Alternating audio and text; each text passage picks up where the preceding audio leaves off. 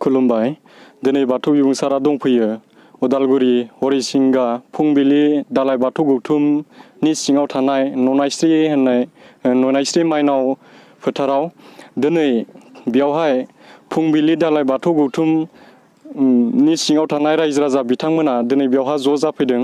दिनै बेवहाय बे फुंबिलि दालाय बाथौ गौथुमनि रायजो राजाफोरा मानो थाखाय बेवहाय ज' जाफैदों जों बिनि सोमोन्दै मोनथिगोन। दा बे समाव आङो सिगां लांग्रोनि। खुलुमबाय, आं बाथौ बिबुंसारनाय जानानै बरायबाय। सारनियाव आं बेखौनो मोनथिनो लुगैयो, दिनै फुंबिलि दालाय बाथौ गौथुमनि रायजो राजाफोरा दिनै बे ननायस्रि होननाय माइनाव फोथाराव मानो थाखाय ज' जादों बेखौ फोरमायगोन। खुलुमबाय। आंनि मुङा मुस्रि बबुर बाहान स्वर्गियारि। आं दुलाराय बाथौ महासभानि बारग' फुजादिं नेहाथारि आरो बे हरिसिंगा बियाब बाथौ महासभानि बोसोनगिरि आरो गिबि गायसनगिरि। दिनैसिमबो आं बे बाथौ आफादावनो गिदिंगासिनो दङ। दिनै गोजोननाय मोन्दों।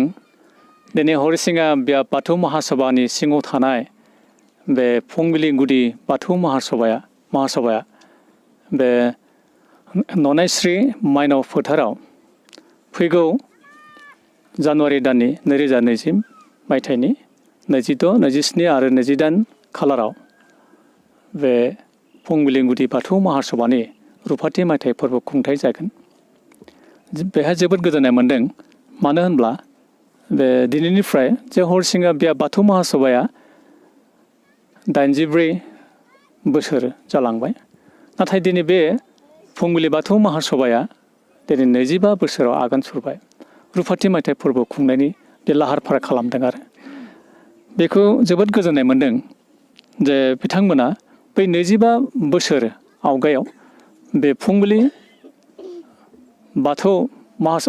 गुदि बाथौ महासभा बे जायगायाव, बे ओनसोलाव बेनि थासारिया, बे सुबुं जिउ खुंनायनि जि राहा आरो बेनि आबहावा, बेनि थासारिफ्रा दिनैनि बे समनि बायदि नङामोन।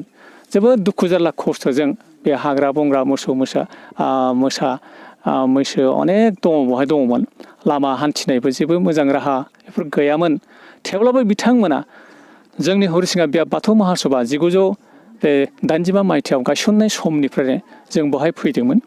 फैनानै बहाय बाथौ गायसनबाय आरो रायजो राजा आइ आफा बिदा फंबायखौ लानानै जोंनि बर'नि आंगो गुदि धोरोम सैथो बाथौ धोरोमखौ, बेनि आसार खान्थि आरो बेनि धोरोमनि गोथौ सान्थौ थाथौफोरखौ आरो जिउ दैदेननाय समाव समाजखौ जौगाहोनायनि बेनि सोलोंथाइ फारसे आरो हारिनि हारिमु मावनाय दांनाय गासै बिथिङावनो बे धोरोमजों लोगोसे लोब्बा लाखिनानै बै समाजखौ, बे न'खरखौ जों हागौमानि जों आथिखाल मुगाजों गोरोबहोनानै समजों खारफानो थाखाय बिथांमोनखौ गुबै आयदा बे धोरोमखौ बिथा खालामनानैनो जिउ दैदेनबासो बै सुबुङा, बै समाजा, बै न'खरा गावनि गुबै गोजोन आरो देरहानाय आरो जौगानाय आरो मान थाथायखौ मोननो हायो।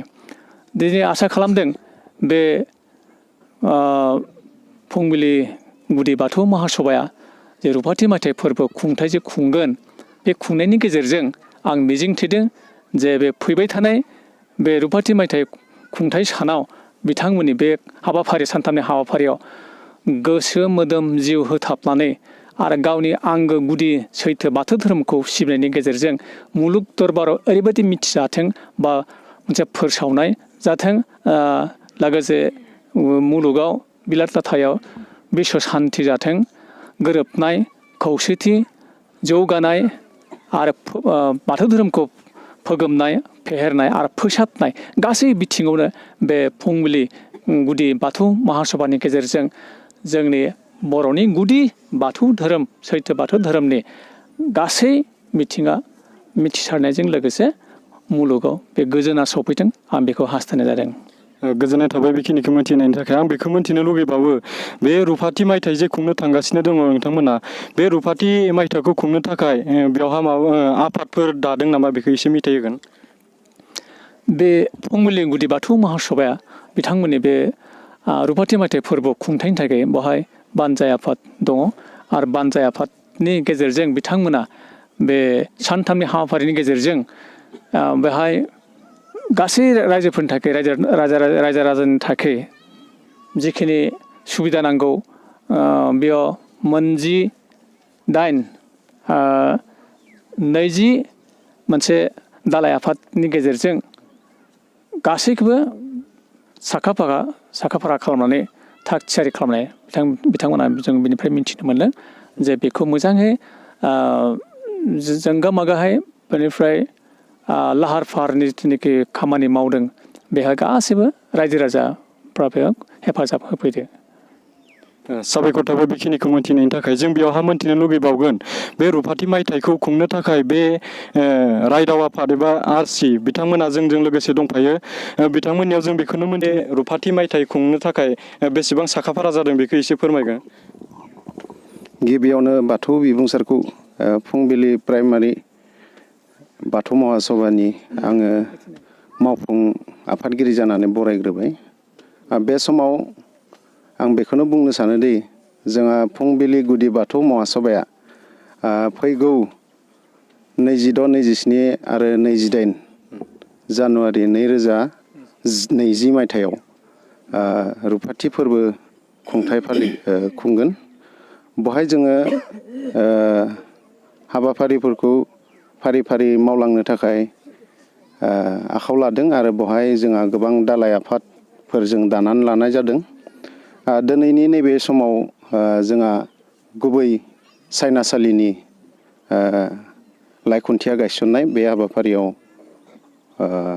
सफैबाय। दा दिनैनिफ्राय जोङो मोनफ्रोमबो बिथिंनि खामानिफोरखौ फारि फारि मावलांनो थाखाय साखाफारा जानानै दं। गोजोननाय थाबाय। नोंथांमोना दिनैनिफ्रायनो बे रुपाथि मायथाइखौ खुंनो थाखाय दिनैनिफ्रायनो आगान होजेनबाय एबा दिनैनिफ्राय बे हाबाफारिया सोलिलांबाय थासिगोन बेखौ? बे समाव जों बुंनांगोन जोंनि जे रुपाथि मायथाइ बे फोरबोखौ खुंनो थाखाय दिनैनिफ्रायल' नङा, बे आगोलनिफ्रायनो जाबोबाय थादों। नाथाय दिनै बे फिल्डआवहाय जेराव जोङो बे खुंथाय आफादखौ लानाय जादों ननायस्रि माइनाव फोथार, बेयाव जोङो दिनै गाहाय खुन्थियाखौ गायसननानै दिनैनिफ्राय जोङो गासै खामानिफोरखौ मावफुंलांनो थाखाय जोङो आवगायबोदों। मोनसे सोंथिबाव, बे रुपाथि मायथाइनि जे हाबाफारि लादों बेयावहाय बेसेबांसो थान्दै बेवहा ज' जागोनखौ मिजिं खालामदों नोंथांमोना? जोंहा नैबे फुंबिलि गुदि बाथौ महासभाया गासै 17ता गामिफोरखौ लानानै दानाय जादों। बेवहाय जोङो मोनफ्रोमबो गामिनिफ्राय थान्दैफोरखौ बेयाव बाहागो लागोन।